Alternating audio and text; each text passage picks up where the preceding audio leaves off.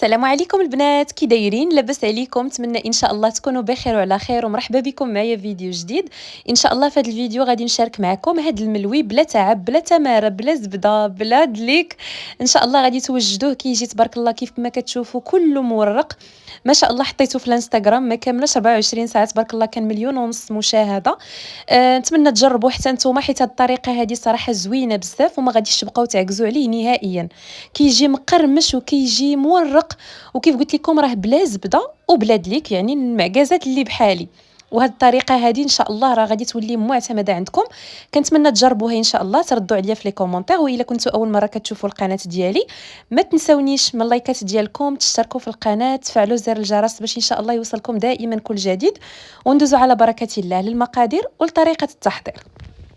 فاول حاجه بسم الله على بركه الله غادي ناخذ الخلاط الكهربائي.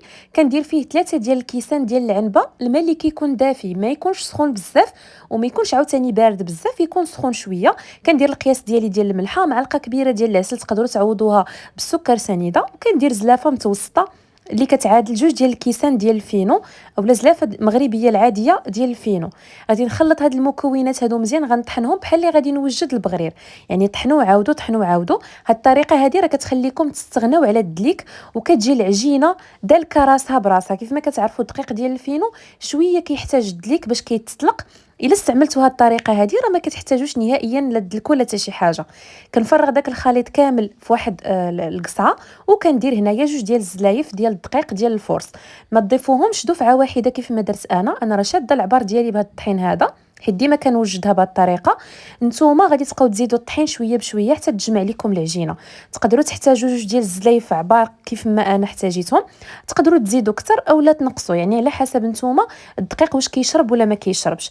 صافي هنايا غادي نجمع العجينه ديالي مزيان، ما غادي ندلكها ما حتى شي حاجه، غير نجمعها نحس بديك داك الخليط يعني تخلط مزيان هكذا. صافي كندلكها واحد ما كاملاش 2 ديال الدقائق صافي، وكنجمع العجينه ديالي غير باش كنحس بها راه جمعات. من بعد غادي نجمع العجينه وغادي نغطيها. ندير شوفوها نتوما القوام ديالها راه كيجي بحال هكذا، كيجي رطب ولكن تتكون شاده في راسها، يعني ماشي جاريه. صافي غادي نغطيها ونخليها كترتاح تقريبا واحد 15 دقيقه، اولا تخليوها الوقت اللي بغيتو. المهم هذا الملوي هذا راه سريع، يعني ما كيحتاجش يرتاح بزاف وكيجي دالك راسو براسو. وهانتوما كتشوفوا تبارك الله العجينه كتجي دايره دوك الفقاعات. كيف قلت لكم الا كان عندكم الوقت راه تقدروا تخليوها حتى الليله كامله، يعني راه ما عندكمش مشكل، حيت ما فيها لا خميره لا حتى شي حاجه. العجينه قد ما طلقات راسها راها كتجي زوينه وكتجي مدلوكه ودالكه راسها براسها. المهم انا كيف قلت لكم ديك الطريقه ما غتحتاجوش نهائيا تسناو هذا الملوي المزروب. الا جا عندك شي ضيف ما عندك ما تحطيلو غتوجديه بسرعه. غادي نفرق العجينه ديالي ل6 ديال الكرات. انا درتهم البنات كبارين، نتوما تقدروا ديروهم يعني صغيورين. المهم هذا الحجم هذا كيجي الملوي تبارك الله كبير وعاطي العين. غادي نغطيهم ونخليهم كيرتاحوا، وندوز نحضر هاد الخلطه هذه اللي غادي تخليكم تستغناو على الزبده نهائيا وكتجي بها زوينه. كندير كاس مع مرش ديال الزيت، 2 معالق ديال النشا معالق كبارين، وكندير 3 ديال المعالق ديال الدقيق ديال الفينو. صافي وغادي نخلط هاد المكونات هادو مزيان حتى كتخلط لكم داك الشيء مع داك الزيت، يعني هكذا ما كتحتاجوا لا زبده لا حتى شي حاجه، كتورقوا غير بهاد الخلطه. البنات شوفوا الا كنتو يعني ما حاسين براسكم يعني مازال مبتدئات ولا هذا، تقدروا ديروا واحد نص خماره ديال الحلوه الا بغيتو. ما بغيتوش انا راه ما كنديرهاش، ولكن الا دفتوها راه ماشي مشكل، يعني الا بغيتو زعما يجيكم الملوي مسروع 100%. صافي هنا من بعد العجينه ديالي ما ارتاحت مزيان، خليوها ترتاح باش كتطلق معكم بسرعه وما كتعذبكمش في التكراس. غادي ناخذ هنايا الزيت، كنطلقها غير بالزيت. بعدا في الاول كتطلقوها بالزيت مزيان حتى كيبان لكم سطح العمل، ومن بعد كندهن بهذاك الخلطه اللي وجدت. كندير الطويه من الفوق وكنعاود نطوي عاوتاني من التحت بهذه الطريقه هذه. وعاوتاني كنورق، يعني اي حاجه درتها كنورق بديك هذا باش يعني كيجيكم الملوي ديالكم مورق. صافي وكندير وحده فوق وحده.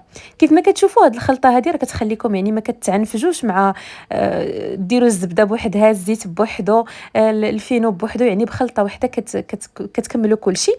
كنجمعهم بهذه الطريقه هذه وكنخليهم غير كيرتاحوا ما كاملاش، يعني صافي على ما كنكمل وكنبدا باول وحده درتها وكيف ما كتشوفوا فاش العجينه ديالكم كترتاح يعني كتطلق بكل سهوله، وهكذا كتقدروا تلويوه وتفرقوه يعني بشكل يعني زوين، وكتقدروا ترققوه يعني تحكموا فيه كيف ما بغيتوا.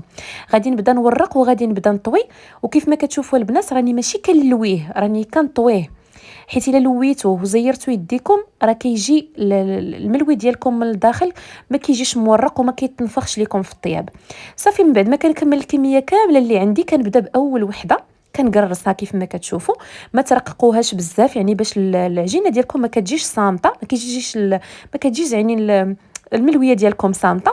صافي والمقله ديالي تكون سخونه مزيان، كنخليها حتى كتسخن وكنقص عليها العافيه متوسطه، يعني تكونش ناقصه بزاف ما تكونش مجهده بزاف باش الملوي ديالكم ما يتخطفش. الطريقه ديال الطيابه البنات غير تحطوا الملويه دهنوها عاوتاني وقلبوها مباشره وما تسمحوش فيها، بقاو كل مره كدوروها كل مره تدوروها يديكم عليها باش كتنفخ. هذه هي الطريقه البنات باش الملوي ديالكم كيتنفخ، ماشي تحطوها وتخليوها حتى كطيب عاد كتقلبوها، لا راه هكذا كتجي الملويه ديالكم صامته ما كتنفخ ما حتى شي حاجه، يعني غير تحطوها قلبوها مباشره تبقى يديكم عليها كل مره تحركوها هكذا راه كتشوفوا الملوي ديالكم كيتنفخ وكيجي تبارك الله كله مورق. انتم شوفوا ما شاء الله كيجي غزال بلا تعب. هذا الملوي ما خداش مني حتى نص ساعه ما كاملاش، يعني دغيا زربت عليه ومع كبرتهم درت كيف قلت لكم 6، يعني دغيا زربت عليهم.